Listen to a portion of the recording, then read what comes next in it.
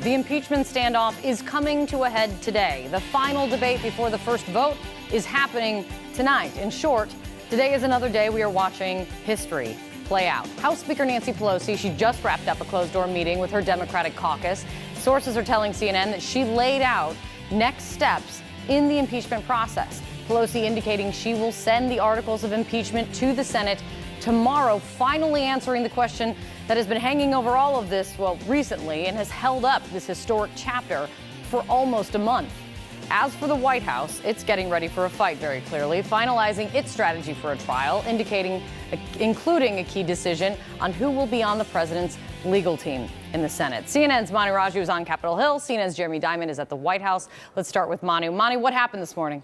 Well, she made it very clear that they plan to move forward in the House and they begin the process that will lead to the Senate trial to begin within just a matter of days. Expect a vote on the floor on the House tomorrow to name those impeachment managers, the Democrats who will actually prosecute the case on the behalf of the Democrats and argue that the president should be removed from office. And also, as part of that, those impeachment managers will go over to the Senate and will deliver these articles of impeachment, read aloud from the articles on the Senate floor, and that will begin a process that will span over multiple days that will ultimately lead to the arguments that will occur in the Senate, where the Democrats will make their case and the president's defense team will make its case. Now, the behind closed doors, Pelosi did not tell her members about who exactly will be on that team, impeachment team, but we expect those names to come out over the next day or so. She also defended her decision to withhold the articles of impeachment and also criticized what she believes is an unfair process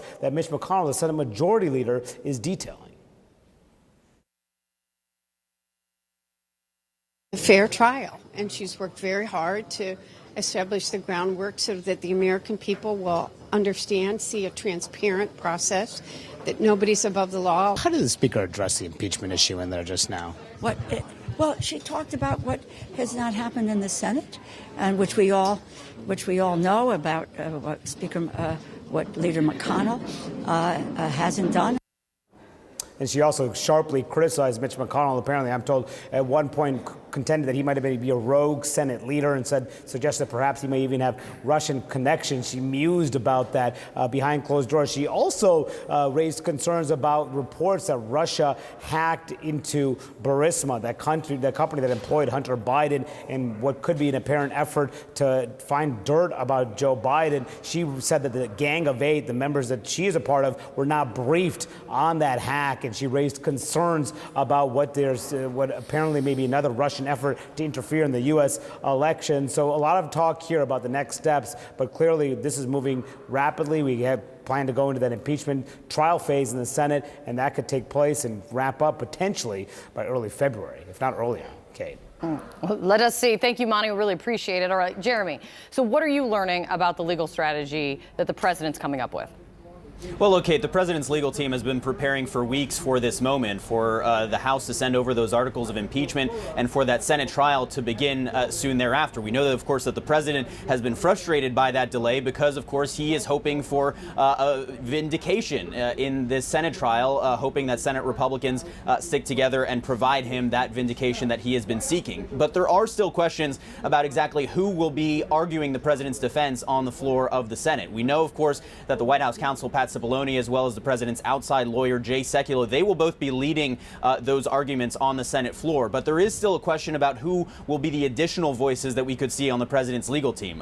Two sources are now telling us that Rudy Giuliani, the president's personal attorney, whose involvement, of course, with Ukraine is at the heart of this impeachment of the impeachment case against the president, he has been lobbying the president now to join that team, to be able to make the case on the Senate floor. That is something that has deep opposition among people close to the president and on the president's legal team, but it is something, of course, that Giuliani has talked to Trump about, so that is something to keep in mind. And then there's also this question about whether any of the president's fiery House Republican allies, like Congressman Mark Meadows or Jim Jordan, could potentially join the president's legal team as well on the Senate floor to make that case. And this is really part of kind of that broader push and pull between what the president's legal team wants to do, which is really a legal defense that doesn't start a lot of fires, doesn't create a lot of chaos, versus what the president would like to see, which is more of a theatrical political defense. And that has been kind of the push and pull there. A lot of people advising the president against bringing some of those House Republicans on, including Republicans in the Senate. But again, remains to be seen. And again, the White House's legal team is keeping the option open of adding additional members of the president's legal team as this trial goes on, depending on how House Democrats make their case, who exactly those House managers are, and how many of them there are. Kate? Jeremy, thank you so much. I really appreciate it. Manu, thanks as well. So when the House managers are decided and are announced, their first job, first and foremost, could be physically delivering the articles of impeachment to the other side of the Capitol.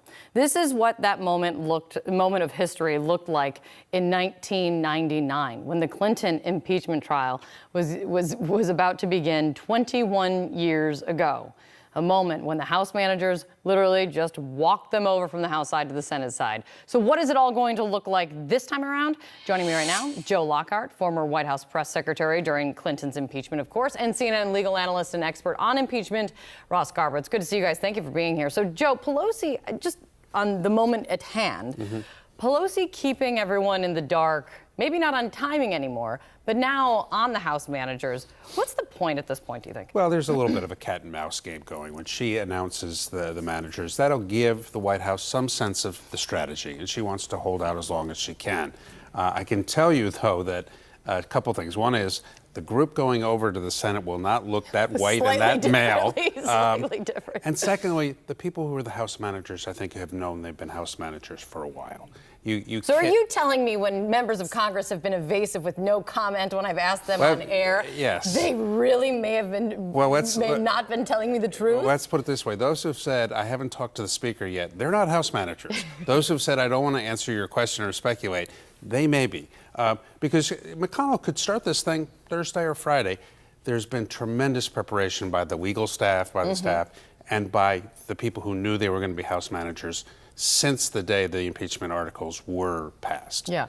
So beyond Ross, the Democratic House managers, there is kind of Jeremy was getting at, there is kind of an internal Republican debate over who should be speaking on behalf of the president when the trial begins. You've got Senate leadership. They've been pushing for Trump to not include kind of the Republican House firebrands that have become known to speaking in defense of the president. Rudy Giuliani has also apparently now been lobbying the president to let him be included. How important is that team? So it's incredibly important for a couple of reasons. Now, remember, there are two separate but related but separate interests at stake. One is the interests of the presidency. Those interests are at stake in impeachment. It is really a clash between the legislative branch, the House, and the executive branch, the presidency. So the interests of the presidency are very much at stake. And there we're going to see Pat Cipollone, the White House counsel, take the lead. But also personal interests, the interests of the individual who occupies the office, the president. And there, we've got Jay Sekulow sort of taking the lead. I agree. I don't think it makes any sense. And I think it's actually unbecoming, this notion that House Republicans would come over and somehow represent the interests of either the presidency or the president individual. I think that's a conflict. I think that violates separation of powers. But I think the individuals who actually do it could have a very big influence in defining the presidency and protecting the interests of Donald Trump, the individual. So interesting. And then, so let's get to this. Yeah. I've been itching to talk about this with you for a while now. The Clinton model, right? You've got so much talk about it from so many members of Congress, especially Mitch McConnell. He has said over and over he wants to use the Clinton model. And in his view, that is, start the trial now. We'll talk about witnesses later on the most basic level. You were there 20 years ago. When is that a fair representation of the Clinton model, what Mitch McConnell's talking about? Well, yes and no. Yes, that's the model they used. But no, in the most important sense, which was you can't compare the two. During the Clinton impeachment, you already had the Starr investigation.